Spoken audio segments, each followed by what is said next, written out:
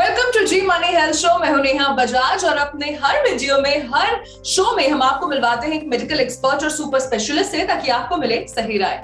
और आज हमारे साथ मुंबई से जुड़ रही हैं डॉक्टर मनाली इंद्र कुमार परमार, जो कि एक गायनेकोलॉजिस्ट हैं, ऑब्स्टेट्रिशियन हैं और एक फर्टिलिटी स्पेशलिस्ट हैं। पिछले 15 सालों से प्रैक्टिस कर रही हैं और कई सारे पेशेंट्स की जिंदगियों को इन्होंने ट्रांसफॉर्म किया है। डायरेक्टर है diamond maternity and general hospital भांडू वेस्ट मुंबई में। सो डॉक्टर मनाली, आपका बहुत बहुत स्वागत है जी मनी हेल्थ शो में। Thank you Neha. So doctor Manali, जो मेरा पहला सवाल है वो आपसे इनफर्टिलिटी को लेकर है कि इनफर्टिलिटी को डायग्नोस कैसे किया जाता है। So Neha, we will now put it as fertility instead of infertility. So with starting of the interview only, we'll be very positive that yes, we are going to get pregnant. Okay. So diagnose करने के लिए क्या होता है, जब जो couple रहते हैं एटलीस्ट 1 ईयर तक कंसीव नहीं कर सकते हैं थ्रू नेचुरल इंटरकोर्स, उन्हीं को हम फर्टिलिटी वर्कअप के लिए करते हैं।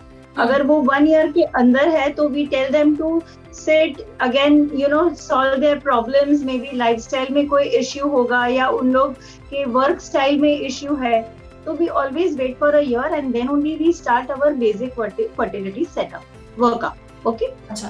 एंड मैम, ये जो वर्कअप आप बता रही हैं, थोड़ा नया टर्म है हमारे सभी व्यूअर्स, वर्कअप बताइए क्या होता है।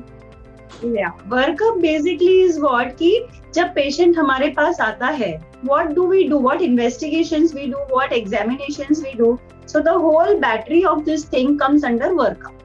So whenever a patient comes to us, it is a fertility workup what we do, basic fertility workup when a couple comes to us. Okay, so that is why we address it as a workup in medical terms. Okay, and ma'am, ये husband and wife दोनों का होता है? Yes, yes. Obviously, क्योंकि दोनों जैसे गाड़ी के 2 पहिए रहते हैं, this is to be done for both the partners. You cannot leave one partner, you cannot distinguish one partner. It has to be simultaneously for male and female partner. और जैसे कि डॉक्टर मनाली आपने बोला कि the show has to be little positive, so हम fertility के बारे में बात करेंगे, हम positivity के बारे में बात करेंगे। What are the most common fertility treatments और techniques जो आप यूज करती हैं, जो सबसे ज्यादा कामयाब होती हैं? कैसे होता है, जब कपल हमारे पास आता है तो हम उनको पहले फर्स्ट नेचुरल मेथड से ही कंसीव करने को बोलते हैं। We give them a idea of what is there ovulation dates. So if the patient has a regular cycle और not a regular cycle, then we tell them what is there probable ovulation dates and then we tell them to have intercourse during those dates. That is the commonest method. कभी कभी you are not performing intercourse at the right time and you don't conceive, तो इतने लोगों को पहले से ही इतना बड़े बड़े वर्कअप करने की जरूरत नहीं होती है। वो बेसिक ये समझ जाए कि हमारा ओव्यूलेशन कैलेंडर कैसा है, तो भी वो कंसीव हो सकते हैं। तो planning of intercourse as per ovulatory cycle is the most common method which any doctor would suggest.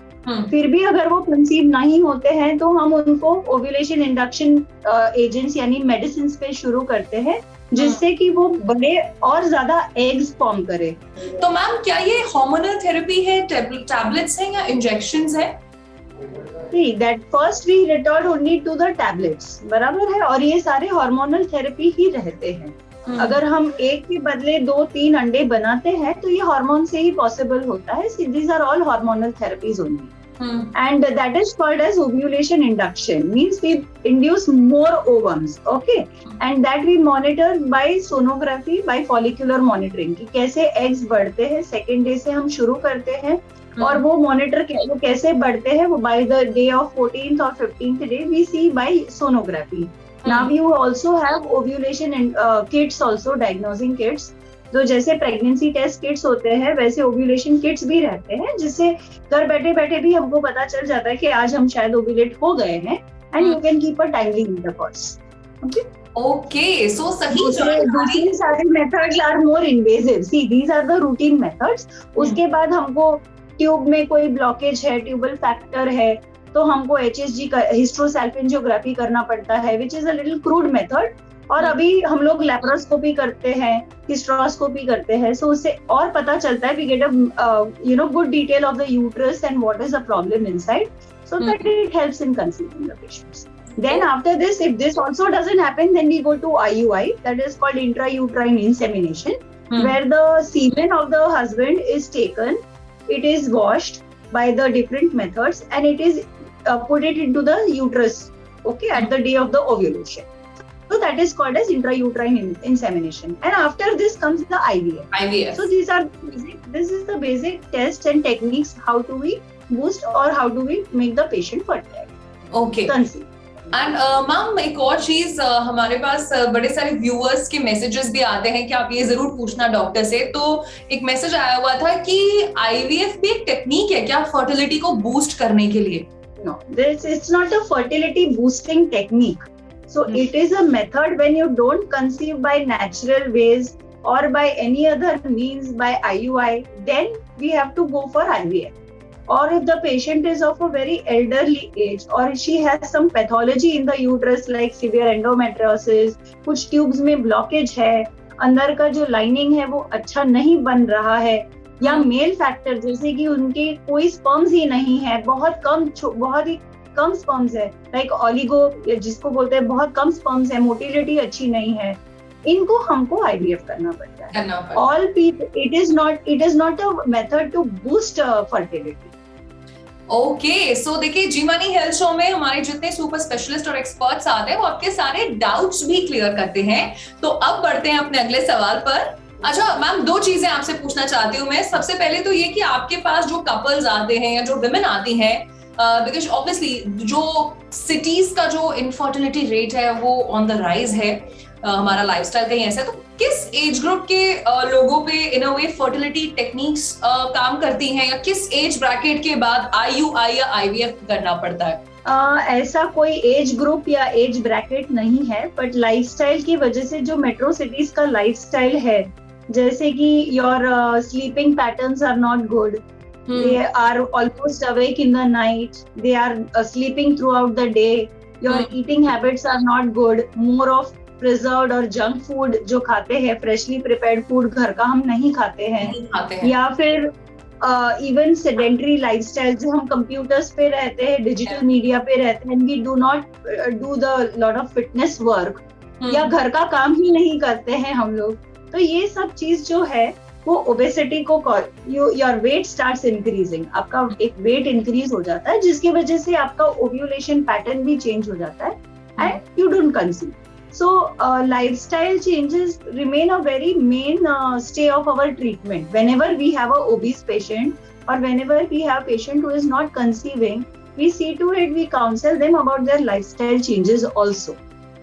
So that remains a very, and there is no age bracket. See, it's not like that कि younger patients, now we are seeing more of young patients who are infertile. तो ma'am, तो doctor Manali, क्या आपके पास like early 20s में भी ऐसे bracket के लोग हैं जिनको आईवीएफ की जरूरत पड़ती है, even in their early 20s और late 20s? Yes. At the age of 24, 25 also, it is not very uncommon that people go for IVF. So there are people who have some problems. If you have a problem in the uterus, if the male factor is not good, then 100% you will have to go even at an early age for IVF.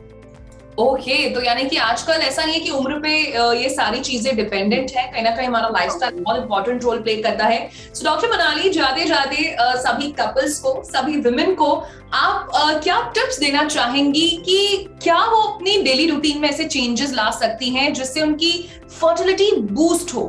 कैसा है कि आपका जो lifestyle है, शायद आप जो सोते हो उठते हो वो पैटर्न आप चेंज कीजिए, बिकॉज मेरे जो पेशेंट्स है, काफी पेशेंट्स के लाइफस्टाइल में, और यंग पेशेंट्स जैसे कि even school children, what we are seeing, forget about fertility, but even the school children, they are not sleeping on time, they are waking up till 3 o'clock, 4 o'clock, they sleep till 11 o'clock in the morning, which is not a very good biological clock. So to set the biological clock as per nature is very important. Another thing is that eating habits. आपको 100% fried stuff, junk food, samosas, ये बहुत अच्छा लगता है, but these are not the right thing to eat.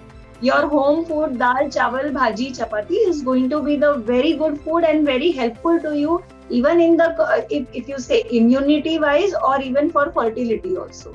So main, and fitness also. So you should stick to homemade food only. And दूसरी है कि आपका जो थोड़ा सा फिटनेस का रेजिम आप रखिए, कुछ घर का काम कीजिए, वो भी आपको बहुत काम आएगा। ऐसे कोई हाई फाई जिम्स जाने की जरूरत नहीं पड़ती है, आप रूटीन घर का काम करेंगे तो भी फिटनेस काफी रहता है इसमें। ओके, सो डॉक्टर मनाली ने बड़ी अच्छी अच्छी हमें चीजें बताई कि हम अपने घर में ही, हमें ज्यादा मेहनत करने की जरूरत नहीं है, घर का बना खाना खाकर अच्छे से अपनी नींद पूरी करके थोड़ी सी कसरत करके हम ओवरऑल फिट रह सकते हैं और ये समस्याएं हमें नहीं घेरेंगी। So everything begins from ourself, अगर हम ये सब चीजें फॉलो करें। सो इसी के साथ doctor Manali, thank you so much, आपने अपने बिजी स्केड्यूल से हमारे लिए वक्त निकाला एंड हमारी ऑडियंस के साथ आपने इतने अच्छे टिप्स शेयर किए। Thank you so much. Thank you so much Neha, thank you so much. तो ये थी डॉक्टर मनाली, जिन्होंने आज हमें बताया बेसिक फर्टिलिटी के बारे में, क्या चीजें कर सकते हैं और क्या चीजें बिल्कुल नहीं करनी है। आई एम श्योर आज का वीडियो आपको पसंद आया होगा। आप फीडबैक शेयर कर सकते हैं, कमेंट बॉक्स में टाइप कर सकते हैं। किसी और विषय पर चर्चा देखना चाहते हैं तो प्लीज हमें बताइए, हम अपने शो में उसी टॉपिक पर करेंगे एक इंटरव्यू। तो इसी के साथ मैं नेहा बजाज आपसे लेती हूँ इजाजत। मिलेंगे जी मनी हेल्थ शो के एक नए एपिसोड में with a new medical expert and super specialist. Till then अपनी सेहत का ख्याल रखिए and keep watching Zee money health show, क्योंकि अच्छी सेहत है हमारा वादा। बाय।